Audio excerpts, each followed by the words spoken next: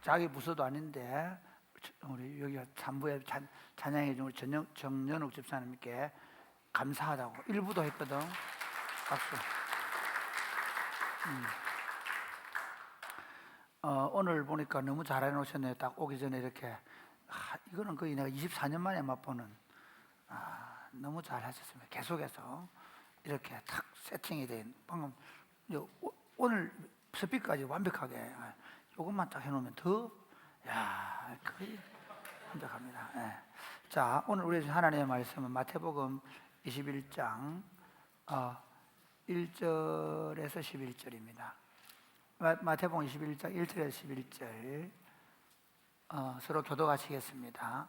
그들이 예루살렘에 가까이 가서 감람산 벳바게에 이르렀을 때에 예수께서 두 제자를 보내시며 이르시되 너희는 맞은편 마을로 가라. 그리하면 곧 매인 나귀와 나귀 새끼가 함께 있는 것을 보리니 풀어 내게로 끌고 오라. 만일 누가 무슨 말을 하거든 주가 쓰시겠다 하라.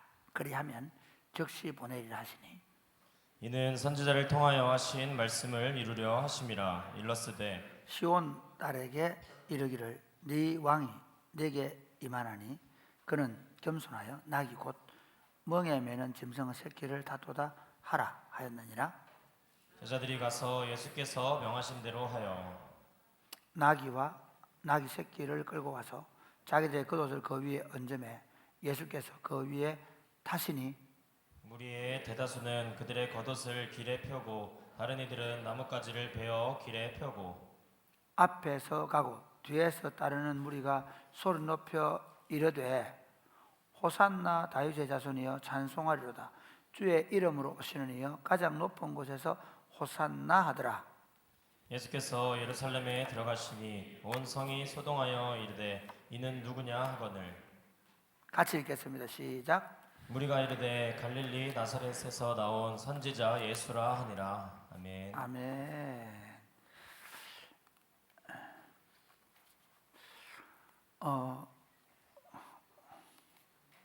오늘은 종려주일입니다. 종려주일. 종려주일이 뭐냐면 예수님께서 나귀를 타고 예루살렘으로 입성하셔서 십자가에 죽으신 것을 기념하는 절기입니다. 종려가지를 흔들었다고 해서 종려주일이라고 합니다. 제가 오늘 여러분과 함께 물론 진짜 고민을 엄청 많이 했습니다. 여러분 몰라서 그렇지 목사님 설교 때문에 고민 안 할 것 같죠? 엄청 고민합니다. 이번에는 조금 나레이션을 하듯이 설교를 해보려고. 왜냐하면 옛날 신학대학원 다닐 때 설교의 여러 형태 가운데 나레이션을 하는 설교를 공부를 했는데 옛날에 해보니까 읽으니까 다 자더라고. 그래서 조금 더 나레이션을 하듯이 하지만 하려고 지금 준비하는 친구들이 앞뒤로 그 보통 할 때보다 2배 늘려서 했어요. 여러분 혹시 여러분 눈을 잘 못 맞추고 설교하더라도 잘 들어주면 좋겠습니다. 아멘입니까? 오늘 이 설교를 통해서 여러분들이 정말 나귀를 타고 오시는 그 예수님을 만나고 경험하게 되기를 바랍니다. 사랑하는 여러분, 오늘 우리는 종려주일을 맞이해서 2000년 전에 예루살렘의 뜨거운 그 아침으로 영적인 시간 여행을 떠나고자 합니다. 당시 예루살렘은 유례 없는 인파로 거대한 용광로처럼 끓어오르고 있었습니다. 유대 민족들은 세 절기, 세 명절이 있었는데 하나는 유월절, 하나는 맥추절, 하나는 초막절이었습니다. 이 세 명절에는 유대 민족의 모든 남자들이 가족들을 이끌고 예루살렘으로 예배하러 가야 합니다. 예수님께서 어린 시절에 그 절기를 지키러 가셨다가 잃어버렸던 적이 있죠. 그때 요셉은 예수님을 데리고 갈릴리에서 그 명절을 지키기 위해서 예루살렘에 올라갔는데 너무나 온 동네 사람이 다 갔으니까 당연히 예수님이 따라올 거라고 생각하고 내려오는데 예수님은 여전히 예루살렘에 남아 있었던 그런 것입니다. 그렇기 때문에 그 당시에 역사였던 요세푸스라는 사람은 그 예루살렘에 250만 명 정도의 사람들이 왔을 것이라고 추산합니다. 당시에 예루살렘에 살고 있는 모든 사람들뿐만 아니라 팔레스틴 지역에 살고 있는 사람들, 그리고 유대인들은 이미 BC 586년경부터 흩어져서 살았기 때문에 외국에 흩어져 있는 나그네들이 그 절기에 많이 찾아왔습니다. 그 당시 죽은 양의 숫자만 해도 요세푸스는 한 25만 마리. 그 절기에 죽는 양의 숫자가 안 놀라네. 뭐 25만 명, 그래도 뭐 25만 마리인갑다 그러. 아마 그 25만 마리의 양들 때문에 예루살렘은 피 비린내로 진동했을 겁니다. 제물을 바치는 축제의 열기 있습니다. 뿐만 아니라 6월절은 이스라엘 민족들이 애굽에서 해방된 것을 기념하는 해방절기였습니다. 유대인들은 다시 이 6월절이 로마로부터 자신들이 해방되기를 바라는 열망의 열기 또한 있었습니다. 그래서 아주 자기들이 축제를 벌리면서 민족 해방에 대한 열망이 섞여 있는 아주 미묘한 긴장감이 흐르고 있었습니다. 그런데 그날 새벽에 성벽 사이로 아주 묘한 소문이 하나 들불처럼 퍼지기 시작했습니다. 나사렛 예수가 오늘 이 성으로 들어온다는 것입니다. 사람들은 동트기 전부터 그 예수님을 만나기 위해서 그 길가로 몰려들고 있었고 발을 동동 구르고 있었습니다. 만약에 당시에 신문이 있었다면 헤드라인 기사가 만약에 예루살렘 포스트는 뭐라고 기사를 썼을까요? 나사렛 예수, 그는 과연 누구인가 하는 기사가 났을 것입니다. 그만큼 사람들의 관심이 예수님에게 가 있었습니다. 왜냐하면 사람들이 이렇게 말했습니다. 예수는 일어서지 못하는 지체장애인을 일으켜 세웠다는 겁니다. 예수는 여리고성에서 앞을 보지 못하는 소경 바디베오의 눈을 뜨게 해줬다는 것입니다. 아니, 그 정도 아니고 얼마 전에, 며칠 전에는 베다니에서 죽어서 나흘이나 된 나사로를 다시 살렸다는 겁니다. 그러니까 장애를 입은 사람을 이렇게 세우고 보지 못하는 사람을 보게 만들고 죽은 자를 살리는 그분이 온다는데 얼마나 사람들은 환호했겠습니까? 그리고 바리새인과 서기관들을 잠잠하게 하는 말씀의 가르침의 능력을 가지고 있다는 소문이 돌았습니다. 그야말로 진짜 그분이 참 랍비라는 것입니다. 이스라엘 사람들은요, 그런 랍비가 나타나기를 기대하고 있었거든요. 그런데 그 이면에 또 다른 문제가 있습니다. 그게 뭐냐면요, 로마의 눈치를 보는 관리들, 그리고 당대의 종교 지도자들은 밤잠을 설치게 하는 위험천만한 소식이었습니다. 왜냐하면 가이사 로마 황제가 신인 시대에 로마 황제만이 유일한 황제인 시대에, 주님이 큐리오스라고 불리는 시대에 또 다른 사람을 큐리오스라고 부르는 무리가 나타난 겁니다. 원래 예루살렘은 반역의 도시였습니다. 그래서 언제나 그 반역의 움직임이 있으면 외국 군대가 쳐들어오고 그 예루살렘을 짓밟는 것입니다. 그 당시에 종교 지도자들, 기득권 세력은 잘못하면 이 반역의 기운 때문에 외국의 군대가 다시 이 성을 짓밟는 일을 보아야 하기 때문에 긴장하고 있습니다. 그래서 성문 밖에서는 예수님을 환영하게 모이던 인파, 그러나 성문 안의 밀실에서는 어떻게 하면 예수를 잡아 죽여야 될까 하는 흉계가 꾸며지고 있는 긴장과 환희가 교차하고 있습니다. 드디어 예수님께서 이제 나귀를 타고 오시는 장면을 여러분이 보게 될 것입니다. 오늘 본문의 말씀을 가지고 나귀를 타고 입성하시는 우리 왕을 보라는 제목으로 말씀을 전하려고 합니다. 같이 해볼까요? 시작. 나귀를 타고 입성하시는 우리 왕을 보라. 예. 첫 번째로 본 건 뭐냐면요, 왕의 행차를 준비하시는 왕입니다.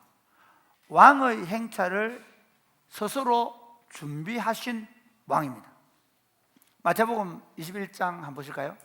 마태복음 21장 같이 1절부터 3절 그리고 6절을 읽겠습니다. 시작.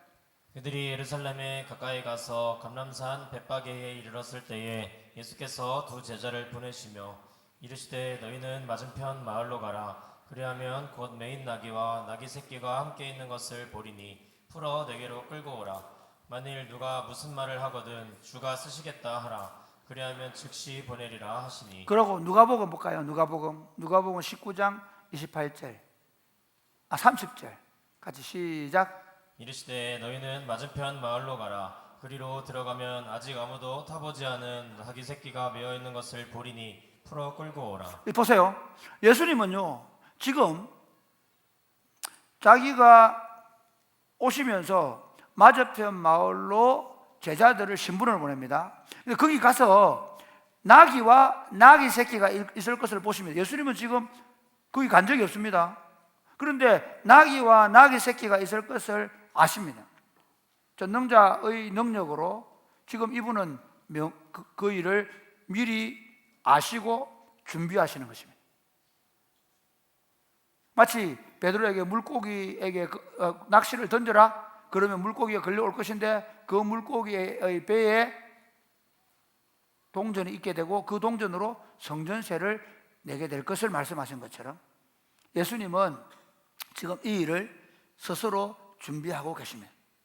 그 새끼가 한 번도 사람이 타지 않은 나귀 새끼인데 그 나귀 새끼를 끌고 오라는 겁니다. 여러분, 아니 남의 나귀를 끌고 와라. 그 말이 됩니까? 그런데 예수님은 지금 이 명령은 뭡니까? 만왕의 왕의 권위를 가지고 피조물을 향하여 명령하는 겁니다. 내가 부르면 와야 한다는 겁니다.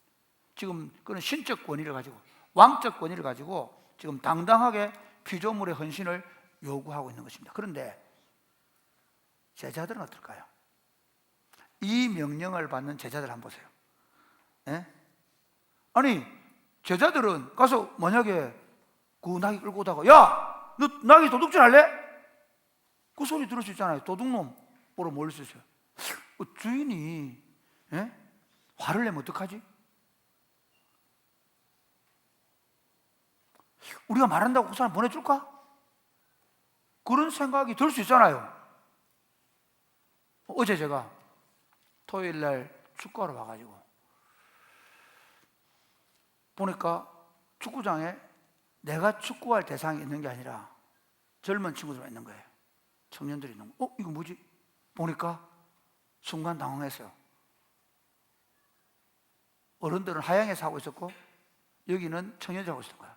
순간 당황해서 급하게 간다고 차를 탔는데 시동이 걸려. 느낌이 내게 아니야.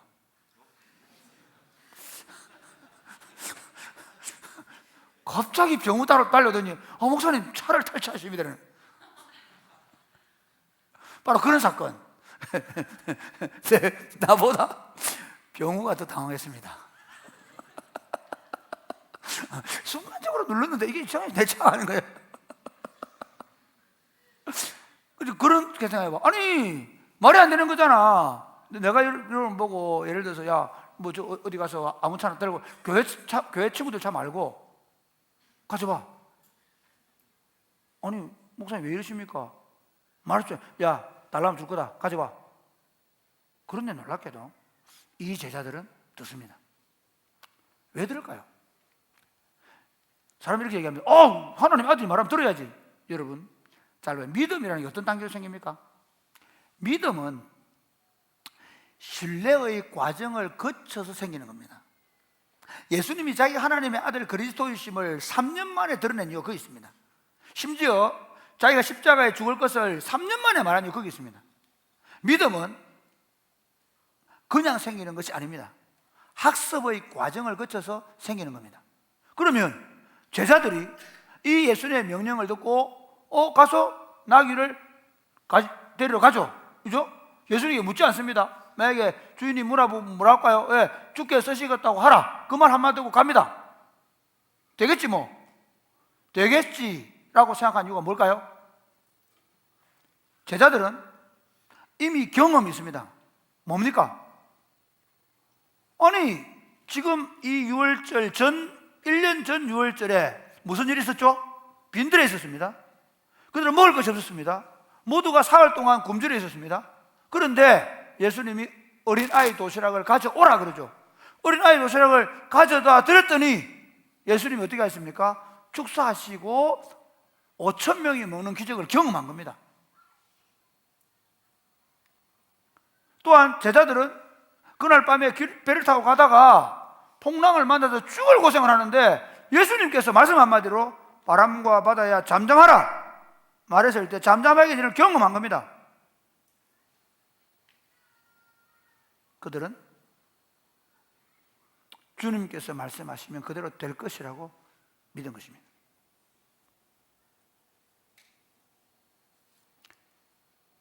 제자들이 이 예수님을 신뢰하고 따라가기 때문에 놀랍게도 예수님의 예루살렘 입성 퍼포먼스가 준비가 되는 거예요. 그리고 세 번째,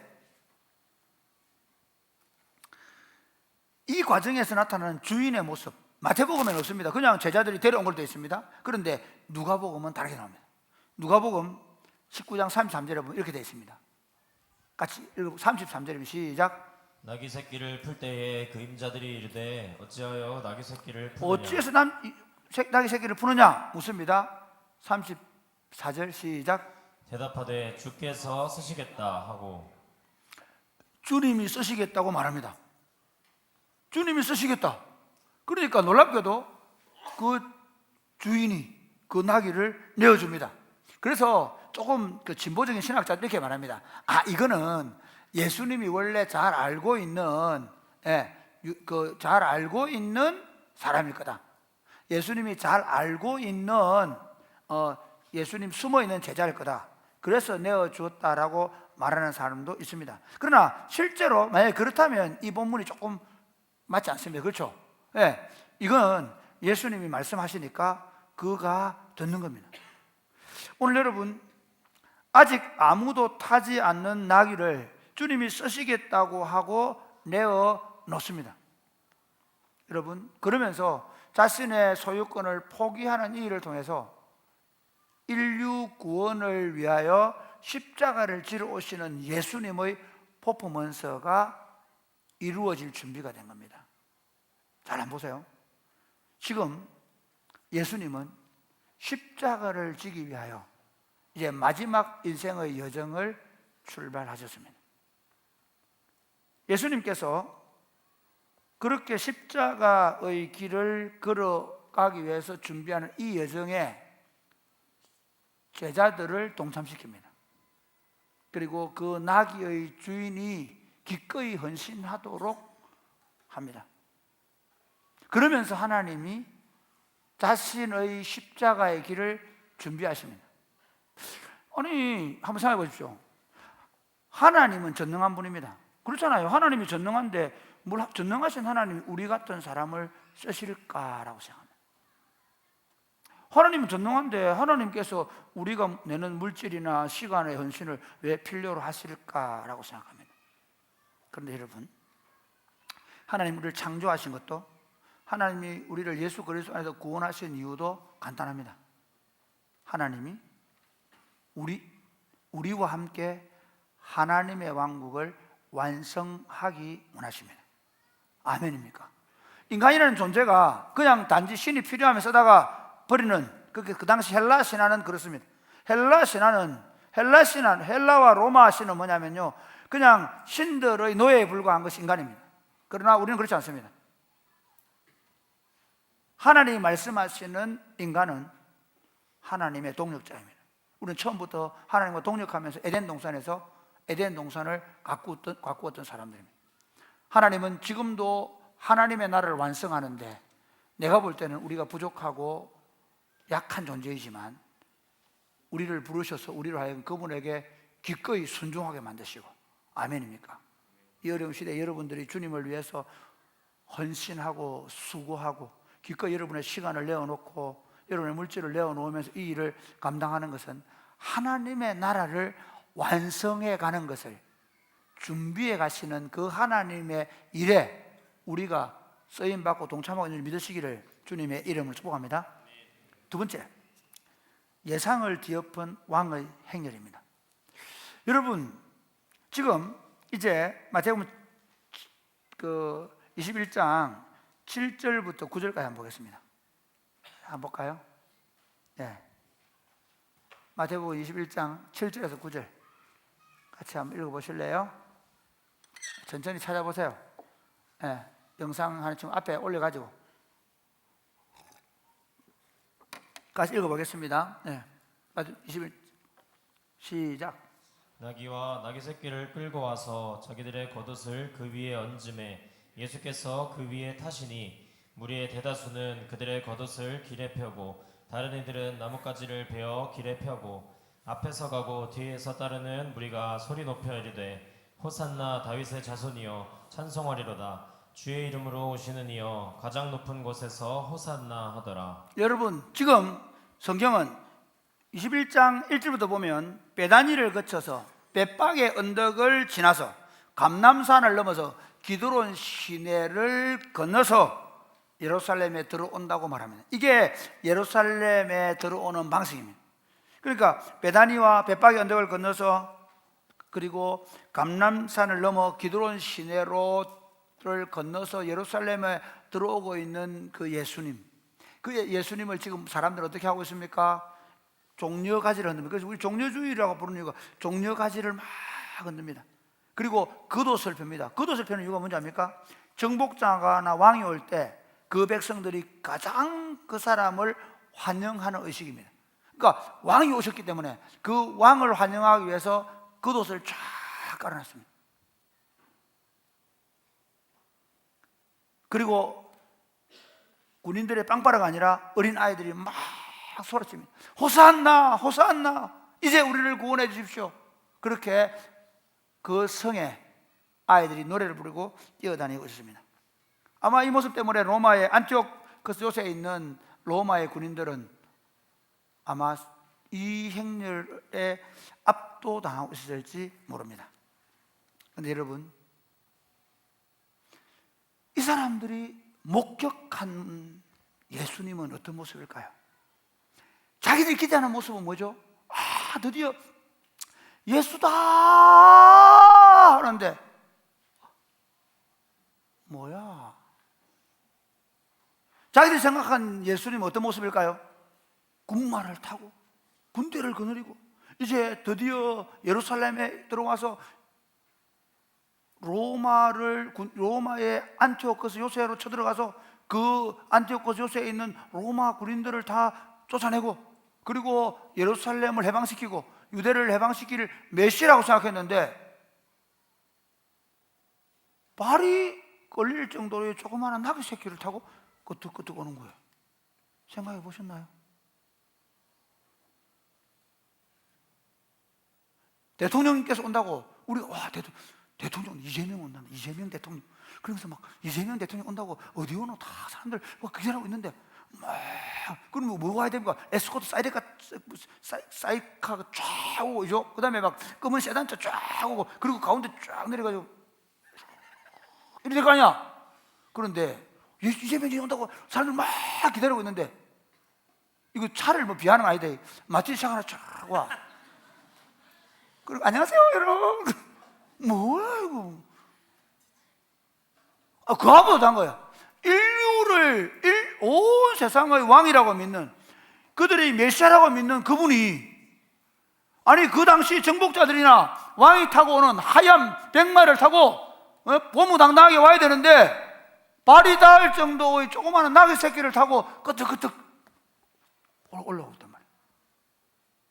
그때 그들의 마음은 어땠을까요?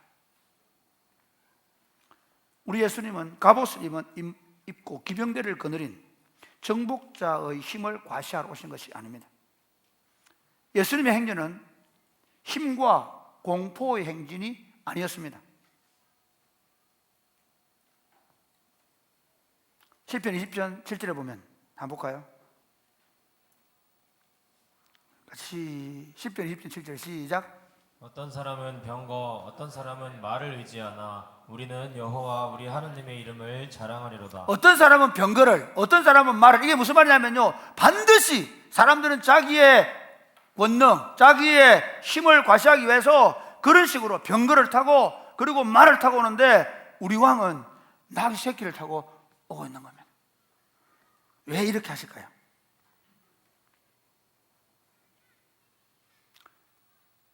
스가랴서 9장 9절 말씀을 이루어지고 있음을 보여주기 위해서입니다. 스가랴 9장 9절 한번 보실래요? 같이 시작. 보라, 네 왕이 내게 임하나니 그는 공의로우며 구원을 베풀며 겸손하여 나귀를 타나니 나귀의 작은 것 곧 나귀 새끼니라. 그 당시 사람들이 성경을 제대로 이해하지 못했고, 사실은 성경을 가르치는 지도자들도 그 성경을 제대로 이해하지 못해서 그런데 지금 예수님은 내가 메시아를 보여주고 있는 겁니다. 그들이 기대하는 방식은 뭐냐면 군마를 타는 왕이었지만, 그러나 성경이 말하는 메시아는 나귀 새끼를 타고 오시는 분입니다. 예수님은 나귀 새끼를 타고 자신이 메시아라고 과시하고 계시는 것입니다. 주님은 세상에서 비천하게 여겨지는 것이 하나님 나라에서 얼마나 귀중한 것인가를 보여주고 계시는 것입니다. 뿐만 아니라 주님은 자신이 마치 도수장으로 끌려간 어린 양처럼 이제 자신이 가야 되는 그 십자가의 길을 지금 미리 이 장면에서 보여주고 계시는 것입니다. 빌립보서 2장 8절 이렇게 얘기합니다. 자기를 낮추시고 죽기까지 복종하셨으니 곧 십자가에 죽으십니다. 나귀를 타고 낮은 행보 속에 온 인류를 향해서 걸어오시는 이 하나님의 아름답고 위대한 계획, 인류를 구원하기 위한 위대한 계획이 이 나귀 새끼를 타고 오는 예수님을 통해서 이루어지고 있는 것을 우리는 볼 수 있습니다. 여러분, 이 점에 있어서 언제나 예수님의 방식은 동일합니다. 교회 운동을 하면서 교회가 지금까지 제일 많이 착각한 게 뭔지 아십니까? 예배당을 화려하게 짓는 것이었습니다. AD 300년까지 진짜 참 교회의 모습은 뭐냐면요, 카타콤 속에서 복음을 전하고 예배당도 없이 매맞고 화형당하고 굶주리면서 복음을 전하는 방식이었습니다. 그럼에도 불구하고 이런 바울 영화를 보면 알겠지만 그 로마 시내에 브리스길라 아굴라 부부가 섬기는 로마 교회는 그 미천한 로마 시내의 어린 아이들과 가난한 자들과 병자들을 돌보는 공동체였습니다. 그런데 교회가 공적으로 인정을 받고 교회가 국가교회가 되면서부터 교회는 점점 화려해지기 시작했습니다. 큰 예배당을 짓고 그 예배당을 금칠로 도색을 하고, 유스티니 황제는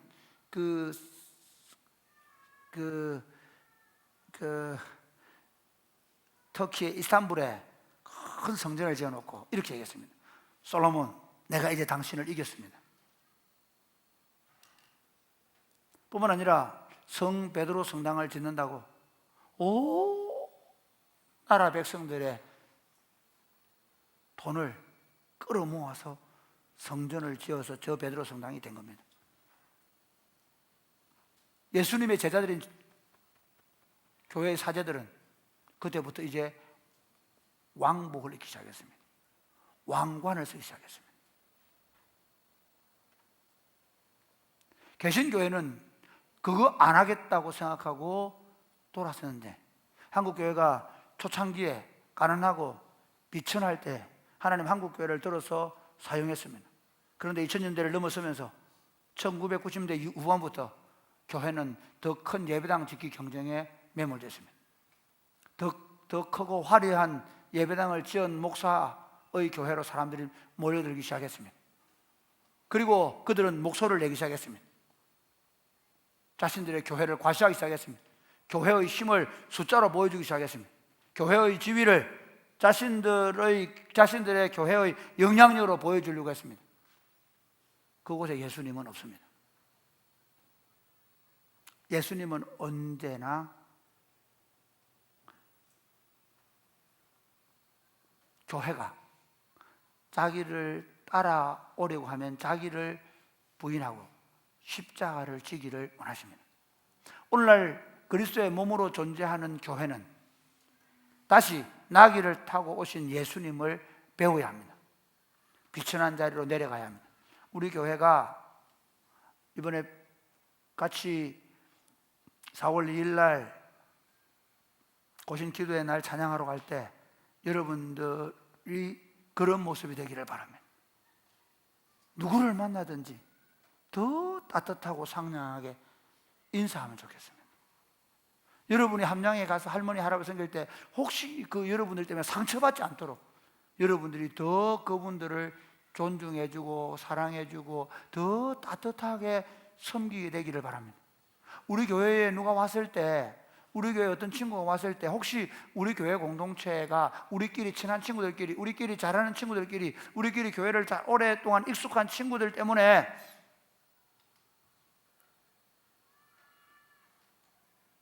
교회에 적응하지 못하는 친구가 없기를 바랍니다. 교회는 언제나 나귀 새끼를 타고 오신 예수님처럼 비천한 자의 모습으로 비천한 자들을 섬기는 것입니다. 여러분 참 재밌습니다. 예수님이 오실 때 보면 그 마리아가 비천한 종이라고 얘기합니다. 비천한 여종에게 오십니다. 그리고 말구유로 비천한 자리로 오십니다. 그리고 오늘 비천한 모습으로 나귀 새끼를 타고 오십니다. 그리고 모든 사람들의 조롱을 받으시면서 십자가의 죽으심으로 구원을 완성하였습니다. 교회의 길은 그 비천한 길을 가신, 하향성의 길을 가신 예수님의 길이어야 합니다. 사랑이 굽히는 교회 청년들이, 사랑이 굽히는 교회가 더 건강하게 세워져 가면 갈수록, 우리가 다른 사람들을 섬기는 일이 많아지면 많아질수록 우리가 더 낮은 자세로 다른 사람을 섬겨줄 수 있게 되기를 주님의 이름으로 축복합니다. 여러분들이 물질이 많아지고 여러분의 지위가 높아지고 여러분의 사회적인 명성이 더 높아지면 높아질수록 그것 자체를 절대로 그렇게 하지 마라, 그렇게 하는 건 아닙니다. 기독교는 세상 등지고 십자가 보는 사람들 아닙니다. 그런데 문제는 우리에게 아무리 많은 돈이 주어지고 아무리 많은 명예가 주어지고 아무리 많은 권세가 주어져도 우리는 우리 왕께서 어떻게 하늘과 땅의 모든 권세를 가진 왕께서 비천한 모습으로 오시고 비천하게 사시고 그리고 비천한 모습으로 인류를 구원하러 가셨던 것처럼 우리도 그분을 따라 비천한 자들의 친구가 되며 살아가게 되기를 주 예수님의 이름으로 축복합니다. 마지막 세 번째, 거룩한 소동, 세상을 뒤흔든 복음의 능력입니다. 여러분 오늘 예수님께서 예루살렘 성에 들어서시자 성경은 딱 한마디를 이렇게 합니다. 21장 10절 말씀 같이 읽어볼까요? 21장 10절 말씀 시작. 온 성이 소동하여 이르되, 온 성이 소동하여 이르되. 소동이라는 단어는 뭐냐면요, 헬라어로 세이오라는 단어인데 이 단어는 땅이 흔들리고 지진이 날 때 쓰는 단어입니다. 그러니까 온 성에 막 땅이 흔들리고 지진이 일어나는 느낌을 지금 성경에 표현합니다. 그리고 성경에는 굉장히 숨어있는 의미가 있습니다. 이렇게 세이오, 온 땅이 흔들리고 지진이 일어나는 이 소동, 이건 언제 일어난 줄 아십니까? 이스라엘 백성들이 출애굽을 하고 한 달 만에 시내산에 올라갑니다. 그 시내산에 가서 하나님의 율법의 말씀을 받으러 갈 때 그 산이 흔들립니다. 그 산이 진동합니다. 그래서 사람들이 각성이 납니다. 어떤 각성입니까? 하나님 여기 계시는구나. 두려워서 벌벌벌 떱니다. 하나님이 임재할 때 나타나는 겁니다. 그들이 하나님 의식 없이 살다가 이제 하나님의 임재를 경험하는 거예요. 여러분, 또 언제 그런 일이 일어납니까? 사도행전에 보면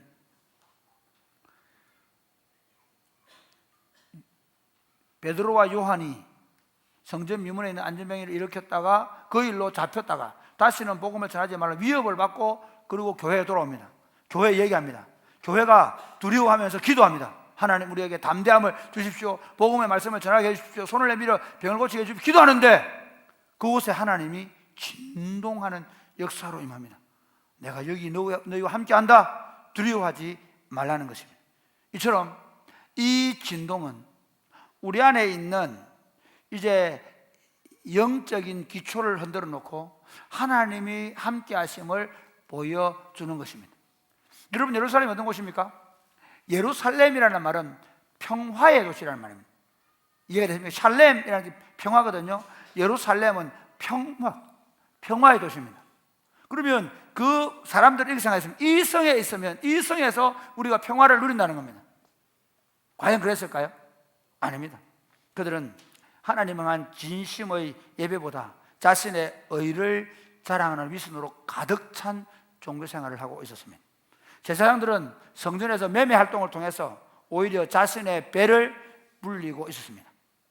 그런데 그 가짜 평화로 유지되는 예루살렘에 진짜 평강의 왕이신 예수님께서 들어오시니까 진동하는 것입니다. 소동이 일어난 것입니다. 마치 여러분, 이 소동은 언제 일어났습니까? 예수님이 처음 오셨을 때도 동방박사들이 유대인의 왕으로 나시니가 어디 계시냐라고 했을 때 그 예루살렘에 소동이 났죠. 바로 그 소동, 진동한 겁니다. 사람들이 뭐야? 그러면 누가 왔다는 말이야? 지금 왕이 왔다는 말이야? 그런 소동이 난 겁니다. 지금 그런 진동하는 역사가 나타난 것입니다. 거짓으로 쌓아 올린 가짜 평화의 성벽이 참 왕이신 예수님이 오면서 무너져 내리고 있었던 것입니다. 마태복음 10장 34절에 보면 이렇게 말씀하십니다. 한번 같이 읽어볼까요? 마태복음 10장 34절, 졸리우면 더 크게 한번 읽어봐요. 시작. 내가 세상에 화평을 주러 온 줄로 생각하지 말라. 화평이 아니오 검을 주러 왔노라. 내가 세상에 화평을 주러 온 것이 아니라, 그대로 두세요. 생각하지 말라. 화평이 아니라 검을 주러 왔다. 이게 무슨 말일까요? 그럼 우리 예수님이 들어오면 막 맨날 싸우겠단 말인가? 전쟁이 난단 말인가? 아니, 여기서 말하는 게 뭐냐면 이 세상의 화평이라는 말은 가짜 화평입니다. 저는 목회를 하면서 그런 얘기를 많이 당해요. 목사님은 좀 조용히 있으면 됩니다. 목사님만 조용하면 우리 다 조용합니다. 제가 어느 노예를 이렇게 이제 합병하는 일에 갔는데, 이분들이 이전에 막 그런 분들이에요. 그래서 저보고 이런 얘기를 하는 거예요. 뭐라고 하냐면, 야, 왜 그 노예가 시끄러운 줄 알겠어? 그러더라고요. 그 말이 무슨 말입니까? 내가 이건 안 됩니다. 이렇게 해야 됩니다. 모든 사람이 다 공평하게 해야 됩니다. 이렇게 얘기하니까 우리는 말이야, 우리 노예는 조용해. 또 그러더라고. 왜냐면 그 노예는요 몇몇 분들이 다 했거든. 마음대로 했거든. 그 내가 그랬죠. 맞습니다. 북한에 가면 김정은이 조용합니다. 북한은 조용합니다. 평화의 도시라고 얘기합니다. 지상천국이라고 얘기합니다. 맞습니까? 아니죠. 여러분, 복음은 적당히 타협해서 조용히 지내는 것이 아닙니다. 빛이 들어오면 어둠 속에 숨어있던 것들이 반드시 드러나게 되어 있습니다. 진리가 선포되는 곳에는 반드시 거룩한 소동이 일어나야 합니다. 할렐루야. 사도 바울이 가는 곳마다 유럽과 소아시아에 어떤 일이 났습니까? 사도행전 17장 6절 이렇게 말합니다. 사도행전 17장 6절 같이 시작. 천하를 어지럽게 하던 이 사람들이 여기도 이름에 천하를 어지럽게 한다 얘기합니다. 사람들이 바울과 그 전도단 일행을 향해서 천하를 어지럽게 하는 놈들 이렇게 말했습니다. 교회가 들어가면요, 성도들이 예수를 제대로 믿으면 오히려 그들이 꾸며놓은 가짜 평화는 없어지고 흔들리기 시작합니다. 그들의 삶의 기반이 흔들리는 것입니다. 살아있는 복음은 세상을 소란하게 합니다. 고여서 썩어가는 물을 휘저어서 생명이 살아날 수 있는 역동적인 물로 바꾸는 것이 복음이 하는 일입니다. 잠자던 양심이 깨어납니다. 거룩한 긴장이 생깁니다. 부조리한 관습이 흔들립니다. 그것이 바로 성도들이, 교회가 그 지역에 살아있는 이유인 것입니다. 사람들이 이 사람 도대체 누구야? 어떻게 이런 일이 일어나고 있는 거야? 그렇게 질문했습니다. 그들은 예수님을 어떻게 생각했을까요? 아마 로마 당국자들은 이렇게 생각했을 것입니다. 위험 인물인데 저 사람 저러다가 폭동 일어나는 거 아니야? 하고 예수님을 그렇게 생각했습니다. 위험 인물, 요주의 인물을 생각했습니다. 그러면 당시의 종교 지도자들과 그리고 권력을 가진 사람들은 어떻게 생각했을까요? 이러다가 우리를 저 로마로부터 미움을 받게 할 수 있는 사람이 아니야?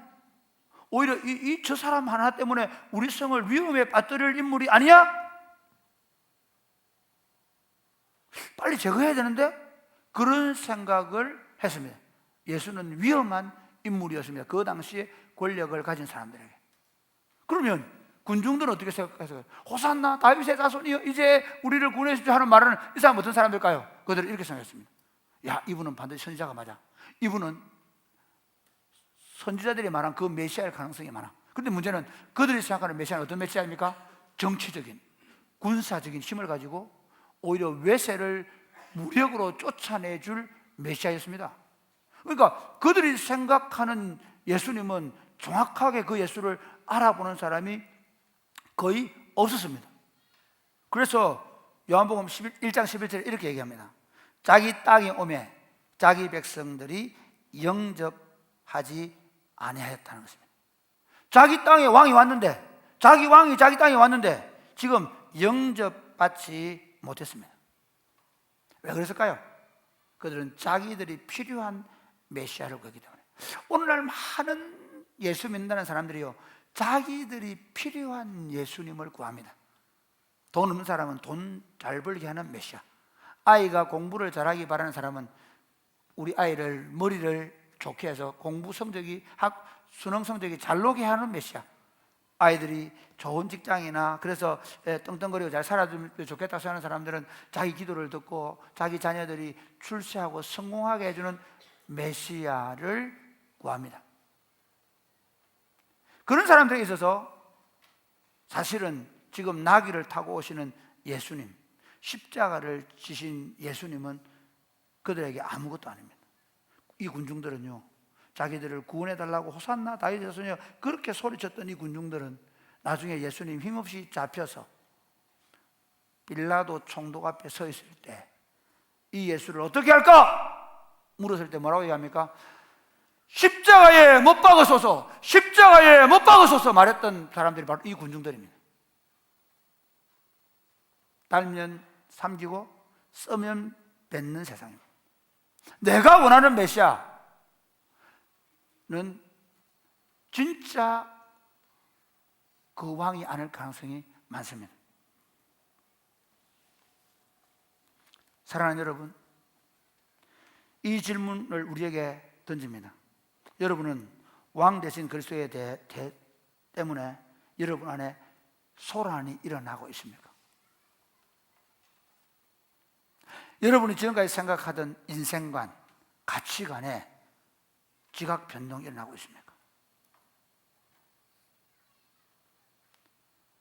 그냥 별 탈 없이 살던 가짜 평화로 위장된, 예수 제대로 안 믿고 믿으면 안 살아도 되는, 예배가 없는, 주일마다 예배당에 나오지만 그러나 진짜 예배가 없는 삶을 살아가는 여러분의 가정에 그분이 진동하는 능력으로 임하고 있습니까? 하나님 없는 가짜 평화로 위장된 여러분의 가정에 예배의 소동이 일어나게 되기를 주님의 이름으로 축복합니다. 정직보다는 이익을 앞장세우는 여러분의 직장과 일터에 하나님의 통치가 일어나게 되기를 주님의 이름 축복합니다. 오히려 신학기를 맞이해서 지금 그 캠퍼스의 봄을 맞이하고 있는, 오히려 그 땅 가운데 복음 때문에 새로운 지진에 새로운 변화가 일어나게 되기를 바랍니다. 특별히 대학 생활을 이제 출발하는 사랑하는 여러분, 좀 더 대학 생활을 즐기고 싶은, 좀 더 대학 생활의 그 즐거움에 좀 빠지고 싶은 여러분의 마음에 진동하는 역사가 일어나게 되기를 주님의 이름으로 축복합니다. 주님은 지금 여러분의 마음문 앞에 나귀를 타고 서 계십니다. 너의 가짜 평화를 깨뜨리고 나의 참된 통치를 받아들이겠냐고 물으십니다. 말씀을 맺겠습니다.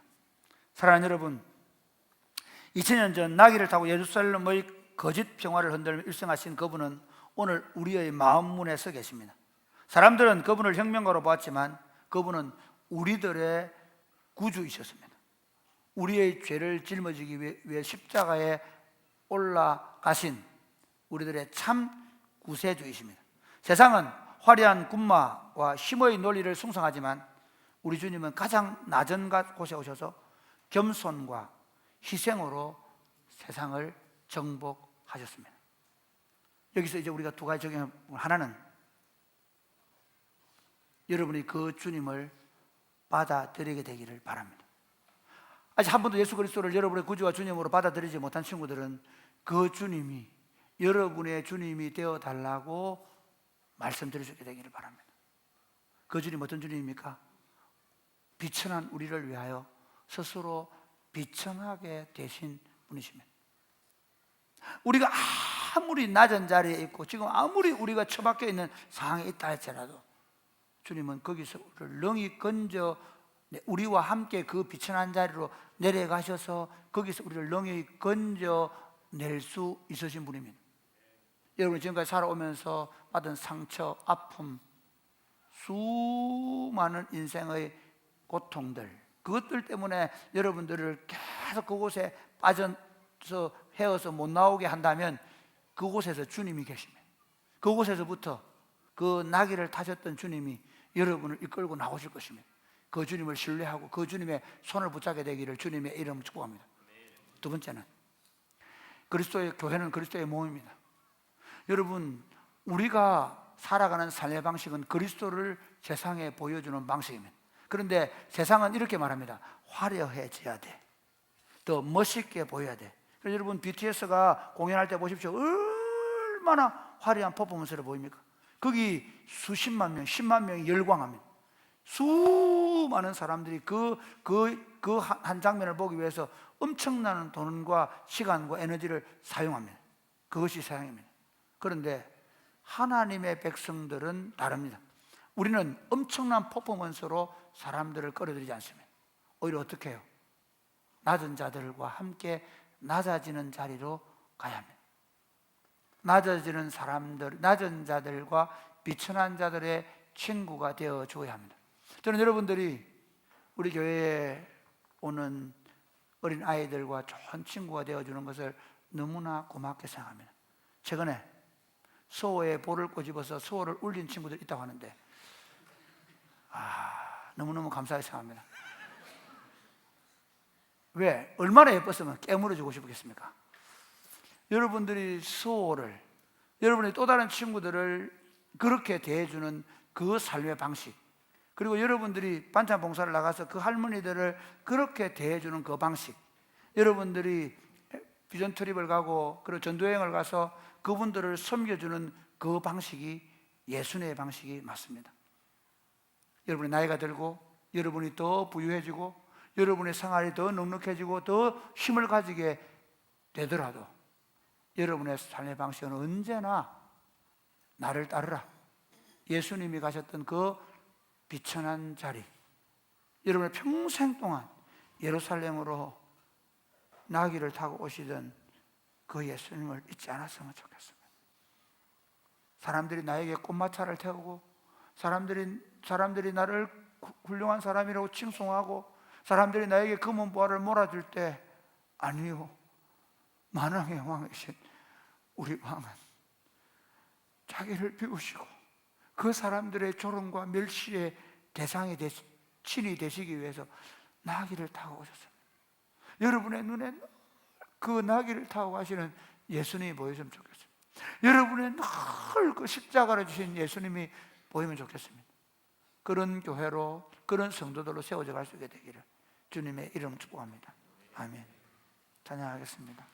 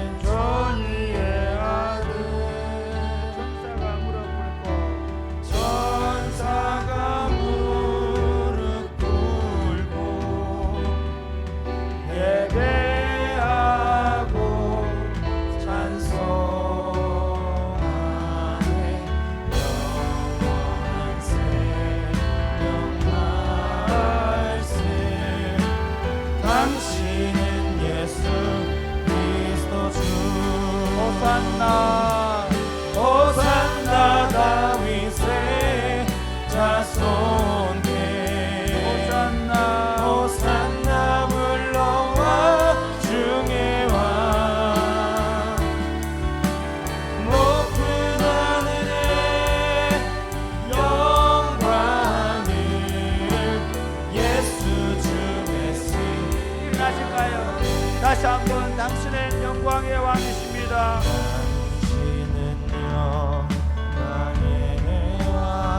당신은 평강의 왕이십니다. 당신은 하늘과 땅의 주가 되십니다. 당신은 하늘과 땅의 주 당신은 정의의 아들 천사가 무릎 꿇고 천사가 무릎 예배하고 경배하네. 예배하고 경배하네. 경배하네 영원한 생명 말씀 당신은 예수 그리스도 주 호산나 호산나 다윗의 자손께 호산나 호산나 물러와 중의 왕 높은 하늘에 영광을 예수 주의 승하네. 사랑하는 여러분, 지금 예수님께서 한국교회를 보시면 얼마나 슬퍼하실까요? 더 높은 자리로만 올라가려고 하고 더 화려해지려고만 하고 오히려 교회 운동을 교인들의 숫자나 재정이라는 힘을 과시함으로 보여주려고 하는 모습이 어떻게 예수님께 비칠까요? 교회 지도자들은 더 화려한 예배당을 짓거나 리모델링해서 그래서 사람들을 교회로 데려오겠다고 하는 이 종교적인 상수를 보면서 예수님은 얼마나 경악해 하실까요? 예수님은 그렇게 하나님 나라 운동을 하시지도 않았고 그런 하나님 나라 운동을 원하지도 않습니다. 하나님 나라 운동은 언제나 나귀 새끼를 타고 오셨던 비천하신 예수님의 모습으로 비천한 자들을 향하여 기꺼이 다가가는 것입니다. 사랑이 꽃피는 교회 사랑하는 형제자매 여러분, 우리를 부르신 부르심은 더 화려해지고 더 강해지고 더 세상에 뭔가를 보여줄 수 있도록 부르신 부르심이 아닙니다. 우리를 부르신 부르심은 우리가 더 비천해지는 것입니다. 우리가 더 낮아지는 것입니다. 그래서 더 낮아져서 더 낮아질 데가 없을 만큼 낮아져서 그 어떤 비천한 사람도 우리가 보여주는 사랑을 보고 우리가 보여주는 그 겸손한 섬김을 통해서 주께로 돌아오는 것이 주님의 방식입니다. 주님이 만약에 그렇게 쓰임 받기기만 원한다면, 그렇게 하기를 원한다면 그 어떤 성도도 그 어떤 교회도 반드시 주님의 나라를 완성하는 일에 귀하게 쓰실 것입니다. 이 시간에 이렇게 기도하면 좋겠습니다. 주님, 제 마음에 겸손한 마음을 주옵소서. 자기를 낮추시고 죽기까지 복종하신 예수님의 마음을 주시옵소서. 일평생 동안 내 눈에 나귀 새끼를 타고 예루살렘에 올라오시던 그 예수님을 우리가 앞에 내 눈앞에 모시고 그 예수님을 바라보며 살아가게 하여 주옵소서. 아멘. 기도하겠습니다. 주여, 높은 하늘에 영광을 예수 주 메시아니 호산나 아버지, 자손께 주님께 우리의 자리를 내어드립니다. 아버지, 주님께 우리의 자리를 내어드립니다. 주여, 우리를 사용하셔서 하나님의 그 위대한 그 영광스러운 통치를 하나님 나타내어 주옵소서. 아버지, 우리로 하여금 그 하나님의 통치 앞에 온전히 불복하게 될 수 있도록 도와주옵소서. 그 하나님의 통치를 우리가 기꺼이 받아들이고 우리도 예수님처럼 하나님 그렇게 섬기며 살 수 있도록 도와주옵소서. 사랑하는 주님, 우리를 구원해 주셔서 감사합니다. 우리를 구원하시기 위해서 나귀 새끼를 타고 예루살렘에 입성하시고 모든 사람이 네가 하나님의 아들이면 그 십자가에서 내려와 봐라고 말할 때 십자가에 뛰어내림으로 자신을 증명한 것이 아니라 아버지께 순종하여 십자가에서 물과 피를 흘리고 비참하게 돌아가심으로 그분이 진짜 하나님의 아들이었음을 증명했던 사실을 우리는 기억합니다. 그 주님이 우리의 주님이셔서 너무 감사합니다. 우리로 그 삶을 본받아서 세상은 더 화려해지라고, 세상은 더 멋있어지라고, 세상은 더 힘 있는 사람이 되라고 요구하는데 더 비천해지고 더 낮아지고 더 겸손한 주님의 제자로 살아갈 마음을 주셔서 감사합니다.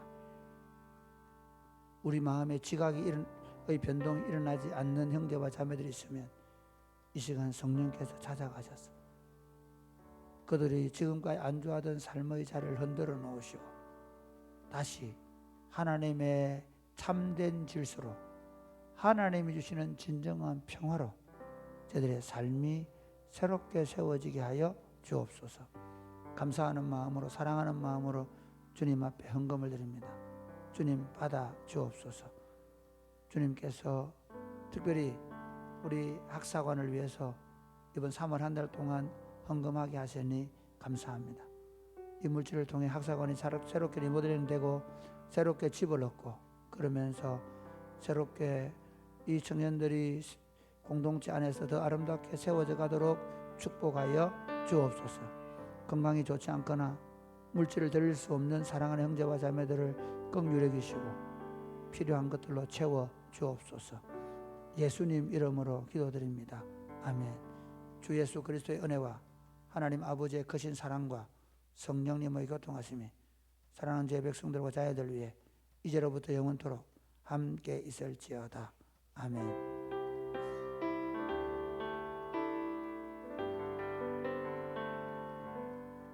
예배를 마치고 나를 만나거나 등록할 뜻인 친구들은 오세요. 지금 여기 세가야 수레 있네. 세가야 수레 김상희 sakpo 본가에 가. 김강민이는 본가에 갔다고. 잘 나오더니 오늘따라 본가 갔다. 다음 주에. 김상인이. 수레 좀 써. 김상인. 위 사람은 교회 세 가지고 모든 과정을 다 마쳐서 이 정서를 수여합니다. 2026년 3월 29일 사랑고병 담임 목사급입니다. 자.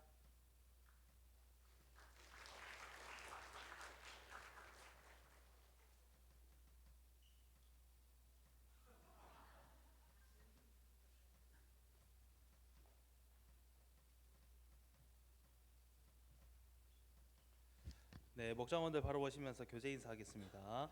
우리 왕은 겸손하게 우리에게 오셨습니다. 네, 광고 말씀드리겠습니다. 이번 주는 행복모임 4주차입니다. 개인 신앙 간증문 작성과 나눔 해주시고 간단하게 베스트들에게 선물해 주시는 시간 가지시면 되겠습니다. 목자들은 행복모임 계획서를 김희선 전도사에게 꼭 제출해 주시면 감사하겠습니다.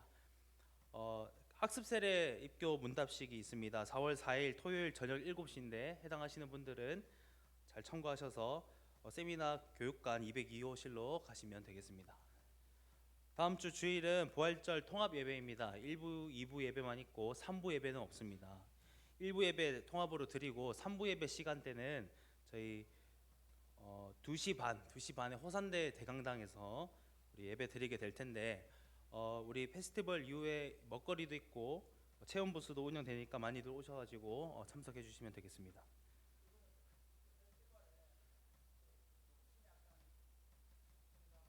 페스티벌에 신의 악단 배우들이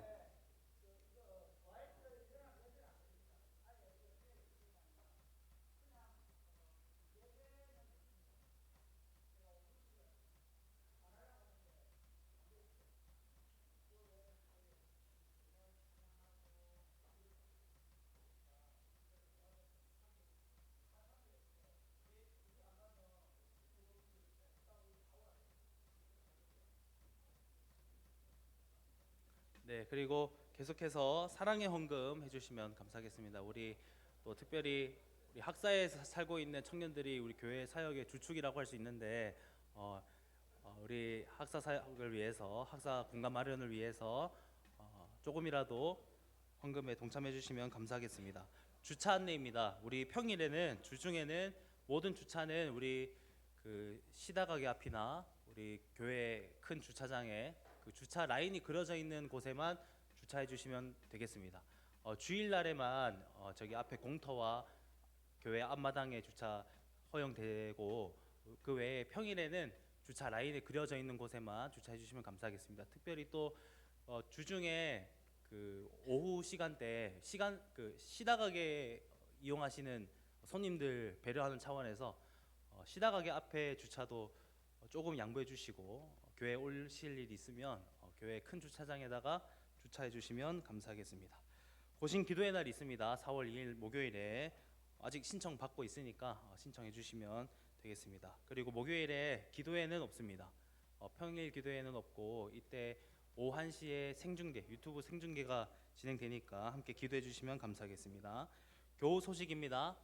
오늘 오병이어는 장성훈 송지혜 부부가 공동체의 사랑과 섬김 가운데 결혼하게 하심 감사하다고, 그리고 그 모습을 가족들에게 보여주셔서 감사하다고 우리 오병이어 하셨습니다. 우리 감사하다고 박수하겠습니다.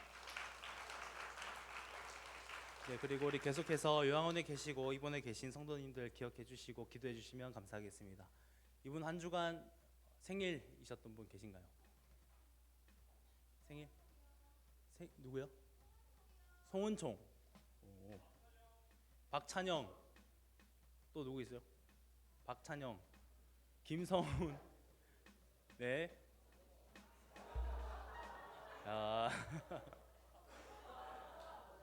네, 그리고 오늘 새가족 수료하신 우리 김상희 자매님 자리에서 일어나 주시고, 네, 우리 서 계신 분들 향해서 축복하고 축하하고 예배 마치도록 하겠습니다.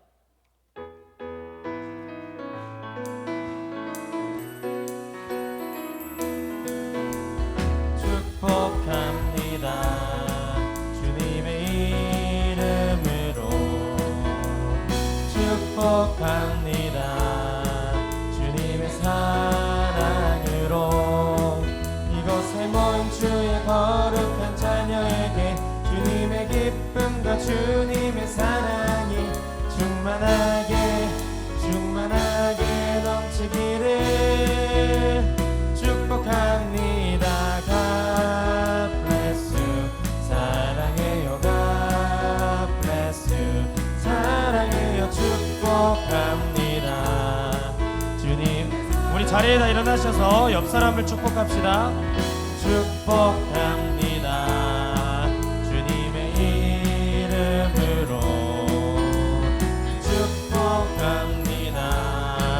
주님의 사랑으로 이곳에 모인 주의 거룩한 자녀에게 주님의 기쁨과 주님의 사랑이 충만하게 넘치기를 축복합니다. God bless you. 사랑해요. God bless you. 사랑해요. 축복합니다.